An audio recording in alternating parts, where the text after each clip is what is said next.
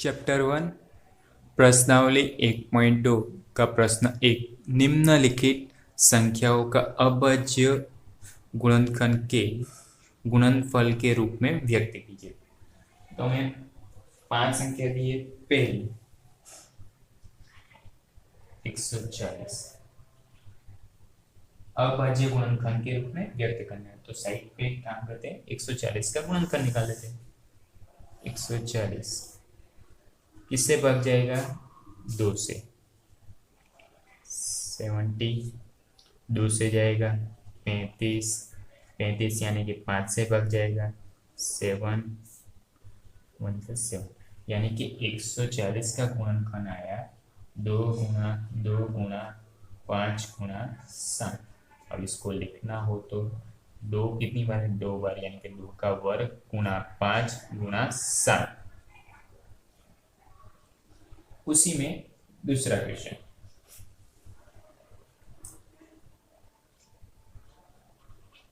156 के अभाज्य गुणनखंड साइड पे निकाल लेते हैं। 156 से अभाज्य गुणनखंड 6 से लास्ट अंक यानी कि 2 से भाग जाएगा। 2 से भाग जाएगा यानी कि 78 78 का किससे भाग जाएगा? 2 से भाग जाएगा यानी कि 89 8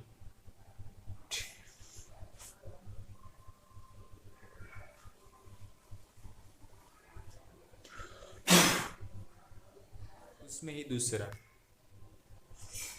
156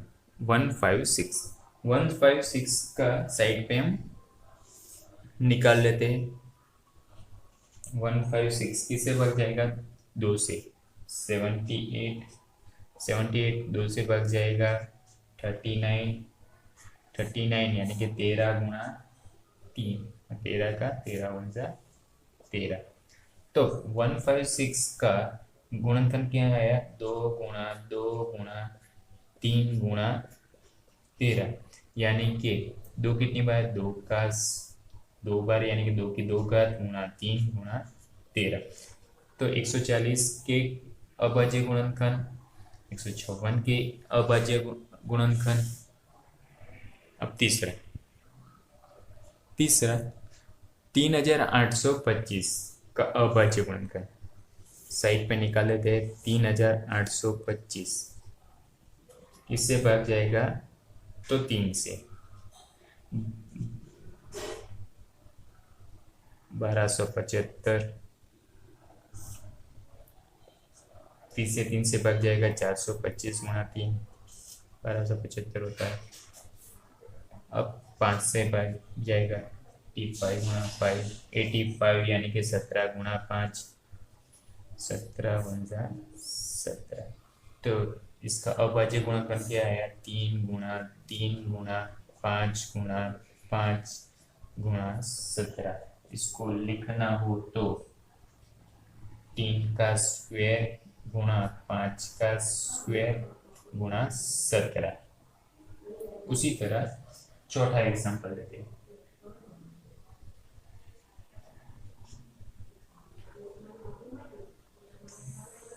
5005 5005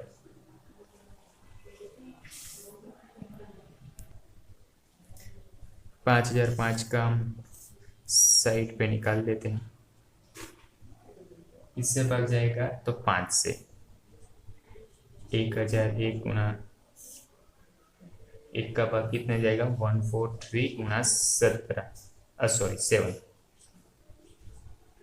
143 का किससे भाग जाएगा? तो 11 गुणा 13 यानी कि 11 से भाग जाएगा।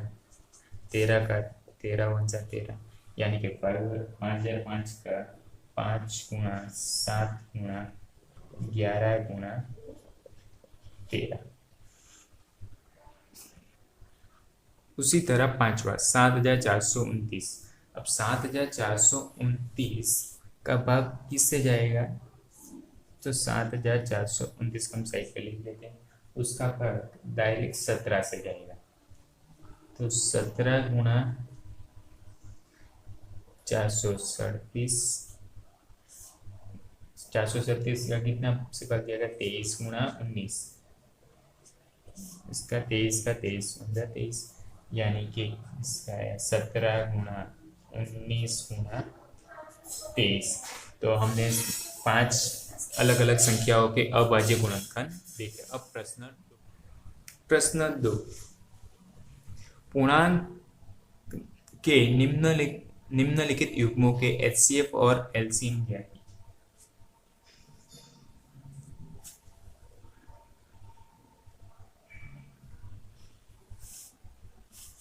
प्रश्न 2, पूर्णांकों के निम्नलिखित युग्मों के एचसीएफ और एलसीएम ज्ञात कीजिए तथा इसकी जांच कीजिए कि दो संख्याओं का गुणनफल एचसीएफ, दो संख्याओं का गुणनफल एलसीएफ और एलसीएम के गुणा के बराबर होता है। तो पहली संख्या हमें दी है 26 और 91।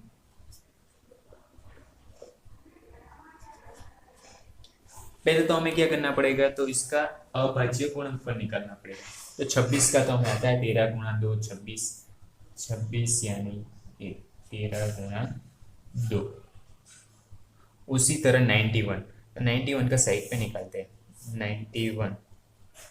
91 यानी कि 13 7 से भाग जाएगा, 13 गुणा 7, 13 × 13, यानी कि 91 का हुआ 13 गुणा 7। अब एचसीएफ और एलसीएम की बात करें तो एचसीएफ का अर्थ क्या होता है कि दोनों संख्याओं में जो कॉमन हो और सबसे कम घात वाला। अब दोनों संख्याओं में कॉमन क्या दिखाई दे रहा है दो संख्या के गुणनफल में, तो 13, यानी कि एचसीएफ आएगा 13। अब बात करें एलसीएम की, तो एलसीएम का मतलब हमने समझा था क्या था कि सभी गुणनखंड तो आएंगे ही और सबसे ज्यादा घात वाला है। तो यहाँ पे तो सभी गुणनखंड कौन कौन से, तो वो लिख देते 2 है, 7 है और 13 है। अब सबसे ज्यादा घात तो सबकी एक ही घात है, यानी कि इतना ही आएगा, यानी कि 7 × 2 = 14, 14 गुणा 13 है 182, 182। अब एचसीएफ एलसीएम ज्ञात कर लिया। उसके बाद बोला गया हमें कि दो संख्याओं का गुणनफल बराबर एलसीएम गुणा एचसीएफ, यानी कि दो संख्या का गुणनफल बराबर एचसीएफ गुणा एलसीएम। अब दो संख्या का गुणनफल कौन कौन सी दो संख्या दी है, 26 और 91, 26 गुणा 91। और एचसीएफ एलसीएम, एचसीएफ कितना आया 13, एलसीएम कितना आया गुणा 182। अब इसका गुणा करते हैं तो आंसर कितना आएगा, 26 गुणा 91 2366। 23 इस तरफ भी 2366। ये तो दोनों सेम आ गए, यानी कि ये एचसीएफ दो संख्या का गुणनफल एचसीएफ और एलसीएम के गुणनफल के बराबर होता है। प्रश्न 2 का दूसरा, 510 और 92।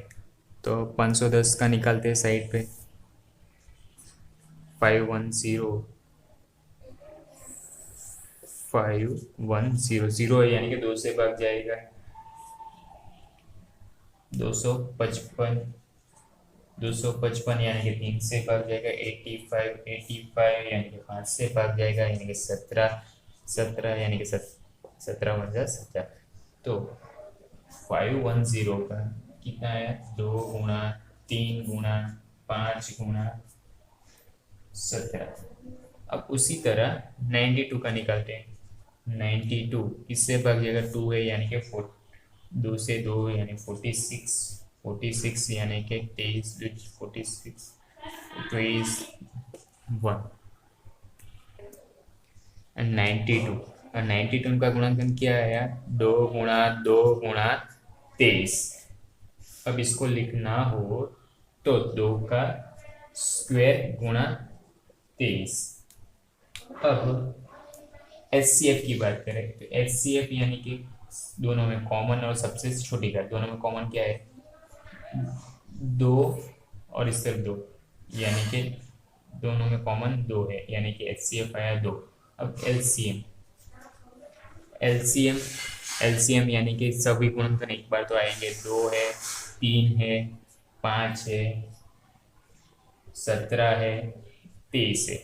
अब जिसकी जो हो महत्तम घात, अब 2 की महत्तम ज्ञात क्या है, तो 2 का स्क्वायर है, तो 2 का स्क्वायर आएगा 3। अब इन सब का गुणा करोगे तो एलसीएम हो जाएगा 23,460। अब हमें जांच करने के लिए बोला कि दो संख्या का गुणनफल एलसीएम के एलसीएम और एचसीएफ के गुणनफल के बराबर होता है। तो एचसीएफ कितना है 2, एलसीएम कितना है 23,460। अब हमें बोला गया कि जांच कीजिए कि दो संख्या का गुणनफल। अब दो संख्या कौन सी, 510 गुणा 92 बराबर एलसीएम और एचसीएफ का गुणा। तो हमारा एलसीएम कितना आया था 23,460 गुणा एचसीएफ कितना 2। तो इसका गुणा करेंगे तो आंसर आएगा 46,920। और इसका गुणा करके देखो तो वो भी 46,920 आ रहा है, यानी कि ये भी दो संख्या का गुणनफल बराबर एलसीएम गुणा एचसीएफ होता है। प्रश्न 2 का तीसरा, 336 और 54 के बीच का गुणनफल। पहले तो 336 का साइड पे निकाल लेते हैं। 336 2 से भाग जाएगा 168, 160 का 2 से भाग जाएगा 84, 84 का 2 से भाग जाएगा 42, 42 यानी कि 21, 21 तो 42, 21 यानी कि 47, 21 7 का 7 यानी कि 336 का गुणनखंड क्या है 2 गुणा 2 गुणा 2 गुणा 2 गुणा 3 गुणा 7। अब इसको लिखना हो तो 2 की कितनी बार है 4 बार, यानी कि 2 की 4 घात गुणा 3 गुणा 7। उसी तरह 54 का निकालते हैं। 54 यानी कि डायरेक्ट 5, 54 का किससे भाग जाएगा 3 से 2 से भाग जाएगा 23, 27 2 54, 27 का 9 तालीस 27, 9 का 3 3 9 3, यानी कि 54 का अभाज्य गुणनखंड आया 2 गुणा 3 गुणा 3 गुणा 3, 2 गुणा 3 का क्यूब। अब बात करें एचसीएफ। एचसीएफ यानी कि दोनों में कॉमन होना चाहिए और सबसे कम घात वाला। और कॉमन कौन कौन सा नंबर है तो पहले वो लिखिए, 2 है और 3 है। और सबसे कम घात तो 2 की 1 ही घात कम है और 3 की 1 है, यानी कि एचसीएफ आया हमारा 6। अब बात करें एलसीएम की। एलसीएम यानी कि सभी गुणनखंड को पहले एक बार लिख देते, 2 है 3 है और 7 है। अब सबकी महत्तम घात लेनी है, तो महत्तम घात में 2 की कितनी है, तो महत्तम 2 की 4, यानी कि 2 की 4 होगी। 3 की 3 है और 7 की तो 1 ही है, यानी कि इसका गुणा गुणा गुणा गुणाकार करने पर 3024। अब एचसीएफ कितना है 6 और एलसीएम आया 3024। अब हमें जांच करना है कि दो संख्याओं का गुणनफल बराबर एचसीएफ गुणा एलसीएम। अब दो संख्या का गुणनफल यानी कि 336 गुणा 54 बराबर एचसीएफ। एचसीएफ कितना है 6, एलसीएम कितना है 3024। अब इसका गुणाकार कर देखते तो इसका गुणा आएगा 18,144 और 6 गुणा इसका भी आएगा 18,144, यानी कि ये दो संख्याओं का गुणनफल बराबर एचसीएफ गुणा एलसीएम होता है।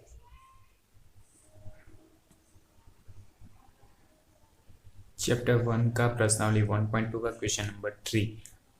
अभाज्य गुणनखंड विधि द्वारा निम्नलिखित पूर्णांकों के एलसीएम और एचसीएफ ज्ञात कीजिए।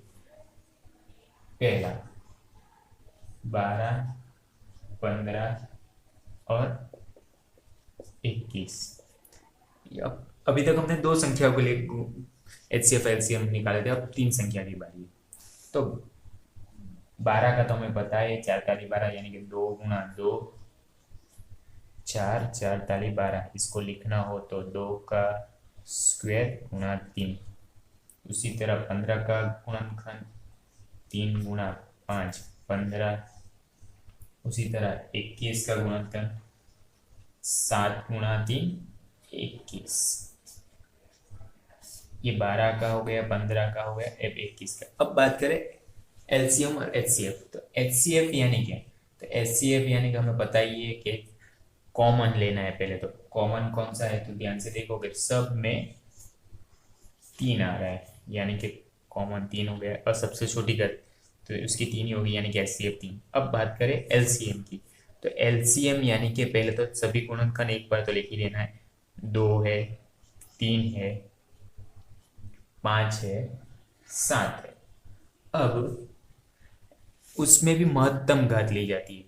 तो महत्तम घात यहाँ पे 2 की 2 घात है, 3 की तो ये सब में एक ही है, 5 की भी सब में एक है, और 7 भी एक ही, यानी कि 2 का स्क्वायर है, यानी कि 4, 4 गुणा 3 गुणा 5 गुणा 7, यानी कि 420।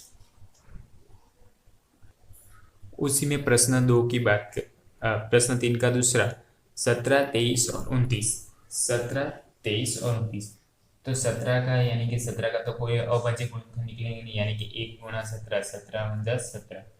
फिर 23 का भी 1 गुणा 23 ही निकलेगा। 29 भी खुद अभाज्य संख्या है, यानी कि 1 गुणा 29। अब बात करें एलसीएम, सॉरी एचसीएफ। एचसीएफ यानी कि सब में कॉमन। सब में कॉमन क्या है, तो 1, और 1 की सबसे कम घात है, यानी कि 1 ही है। अब एलसीएम, एलसीएम यानी कि पहले तो एक गुणनखंड लिख ही देते हैं। 1 है, 17 है, 23 है, गुणा 29 है। इन सभी का गुणाकार करेंगे तो 11,339, यानी कि 11,339।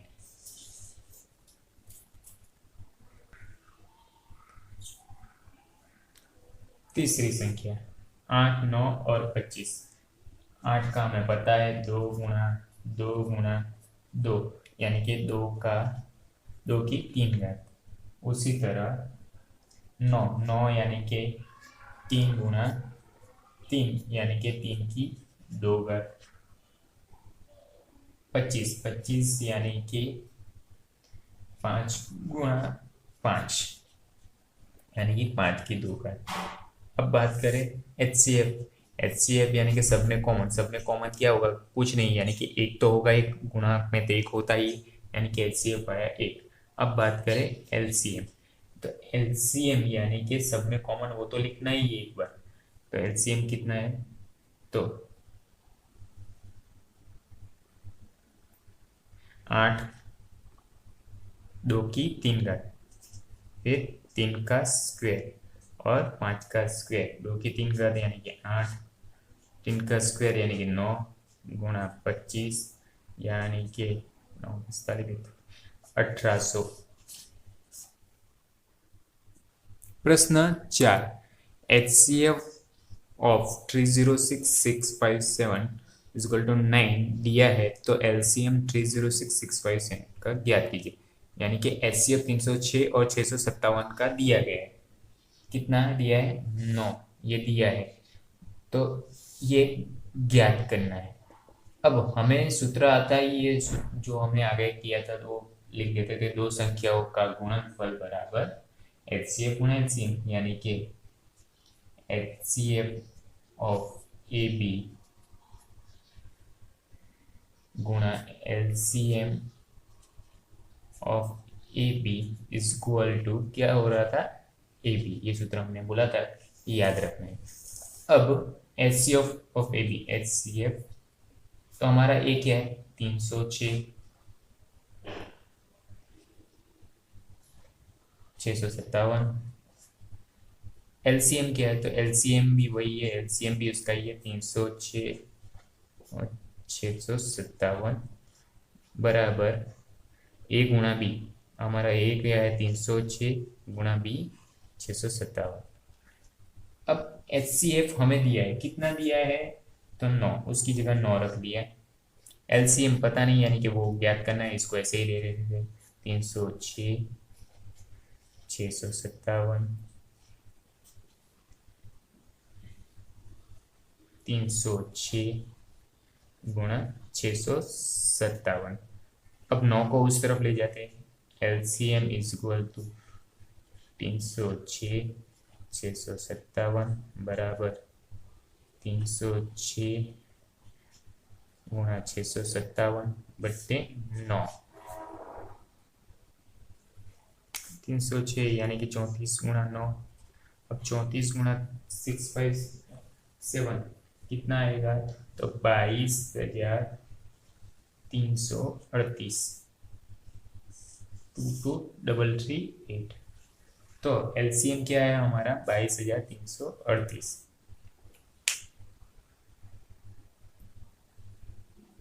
क्वेश्चन नंबर 5, जांच कीजिए कि क्या किसी प्राकृत संख्या n के लिए संख्या 6 की n घात अंक शून्य पर संपाती होती है। अब शून्य पर संपाती यानी कि वो संख्या 10 से विभाजित होनी चाहिए, क्योंकि लास्ट का अंक शून्य कब आता है कोई भी नंबर में? जब उसमें 10 गुना होगा कम से कम। यानी कि वो यदि कोई संख्या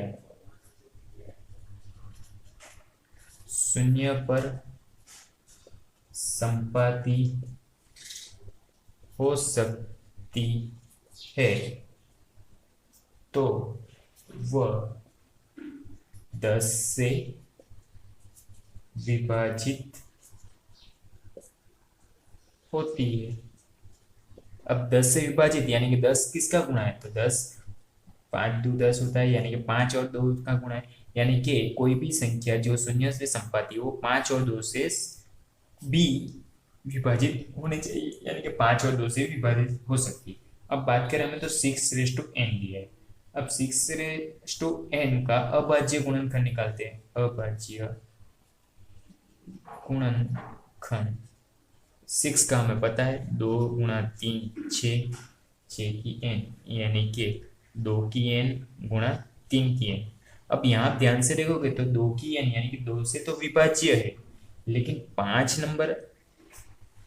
5 तो आ ही नहीं रहा, यानी कि 6n 5 से विभाज्य नहीं है। अब 5 से विभाज्य नहीं है यानी कि वो शून्य पर संपाती नहीं हो सकता। प्रश्न 6, व्याख्यायित कीजिए कि 7 गुणा 11 गुणा 13 प्लस 13 और 7 गुणा 6 गुणा 5 गुणा 4 गुणा 3 गुणा 2 गुणा 1 प्लस 5 भाज्य संख्या है तो क्यों है? तो पहले तो भाज्य संख्या यानी क्या? तो भाज्य संख्या यानी कि हमें पता है कि भाज्य संख्या किसे कहते हैं? जिसके 2 से अधिक भाजक हो। भाज्य संख्या यानी कि 2 से अधिक भाजक हो। अब पहली संख्या ले लेते हैं। पहली कौन सी है? 7 गुणा 11 गुणा 13 प्लस 13। अब देखो ये गुणा में है, यानी कि इसमें भी 13 है और इस प्लस 13 है, तो इन दोनों में क्या कॉमन निकलेगा? 13, यानी कि 13 कॉमन निकाला तो बचा क्या अंदर? तो 7 बचा गुणा 11 बचा, 13 निकल गया यानी कि 13 निकल गया यानी कि प्लस 1 बचा। अब इसको और आगे ले जाते हैं। 13 7। अब काउंस में पहले क्या होता है? तो गुणा पहले हो जाता है। तो 7 गुणा 11 77 प्लस 1 13, 77 प्लस 1 78। अब 78 गुणा 13। अब 78 गुणा 13 करने से अच्छा है कि 78 यानी कि कितना होता है? तो 13 गुणा 6, यानी कि 13 गुणा 6 लिख सकते हैं। तो ये क्या हुआ? कितने गुणनखंड मिले? अभाज्य गुणनखंड 13 गुणा 6 यानी कि 2 से अधिक हो गए। यानी कि 2 से अधिक होने पर यह संख्या कैसी हो जाएगी? भाज्य संख्या है। यानी कि हम लिख सकते हैं कारण में कि इसके 2 से अधिक भाजक होने से ये संख्या भाज्य है। अब दूसरी संख्या की बात करें तो 7 गुणा 6 गुणा 5 गुणा 4 गुणा 3 गुणा 2 गुणा 1, ये सारे गुणा में है और +5। तो इन सब में भी गुणा 5 तो है क्योंकि गुणा में है, यानी कि कॉमन क्या निकलेगा, ये संख्या और ये संख्या में 5। तो अंदर क्या बचेगा, 7 गुणा 6 गुणा 5 तो निकल गया, यानी कि 4 गुणा 3 गुणा 2 गुणा 1। अब यहाँ से भी कॉमन तो 5 निकल गया, यानी कि +1, 5 गुणा। अब पहले अंदर का गुणा कर लेते हैं इनका, तो इनका गुणा करने पर 1008 आएगा, भाई +1 रहेगा। अब 1008 +1 यानी कि 1000 गुणा 1009, 5 गुणा 1009, यानी कि ये क्या हुआ, तो 2 से, तो इसको मैं ऐसे भी लिख सकता हूँ 5 गुणा 1009 गुणा 1। तो ये कितने भाजक हो गए, तो 2 से अधिक भाजक है, इसलिए वह कौन सी संख्या है, भाज्य संख्या। किसी खेल के मैदान के चारों ओर एक ही वृत्ताकार प्रांत है। इसी मैदान का एक चक्कर लगाने को सैन्य को 18 मिनट, जबकि इसी मैदान का एक चक्कर लगाने में रवि को 12 मिनट का समय लगता है। मान लीजिए कि एक ही स्थान और एक ही समय पर वो चलना प्रारंभ करते हैं, यानी कि वो दोनों साथ में चलना प्रारंभ करते हैं, एक ही दिशा में चलते हैं। कितने समय के बाद वो दोनों पुनः प्रारंभिक स्थान पर साथ में मिलेंगे। अब प्रारंभिक स्थान पर साथ में मिलते हैं तो पता क्या वो लिखते हैं, तो रवि को 12 मिनट लगते हैं एक चक्कर काटने में, जबकि सान्या को 18 मिनट लगते हैं। फिर बोला है कि एक समय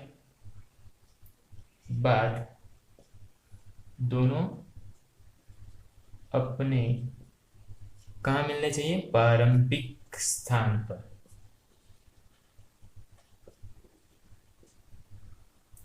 हो गई, तो दोनों में, अब दोनों को प्रारंभिक स्थान में, यानी कि क्या ढूंढना पड़ेगा, तो पहले तो दोनों साथ में आए, यानी कि एलसीएम ढूंढना पड़ेगा। अब 12 और 18 का एलसीएम, यानी कि रवि 12 का गुणनफल, अभाज्य गुणनखंड को हमें पता है, तो 4 ताली 12, यानी कि 2 गुणा 2 गुणा 3। इसको लिखना चाहो तो 2 की 2 घात गुणा 3। फिर सान्या यानी कि उसको कितने मिनट लगते हैं, 18 मिनट। 18 का 9 2 18, तो 9 2 18, यानी कि 3 गुणा 2, यानी कि 2 और 3 का स्क्वायर। अब बात करें एलसीएम यानी कि हमें पता है कि दोनों में जितने गुणनखंड है वो तो लिखना ही है, और सबसे बड़ी घात 2 की सबसे बड़ी घात 2 का स्क्वायर, और 3 की सबसे बड़ी घात 3 का स्क्वायर। 2 का स्क्वायर 4, 3 का स्क्वायर 9, 9 4 36, या एलसीएम आया 36, यानी कि दोनों प्रारंभिक स्थान पे साथ में 36 मिनट के बाद मिलेंगे।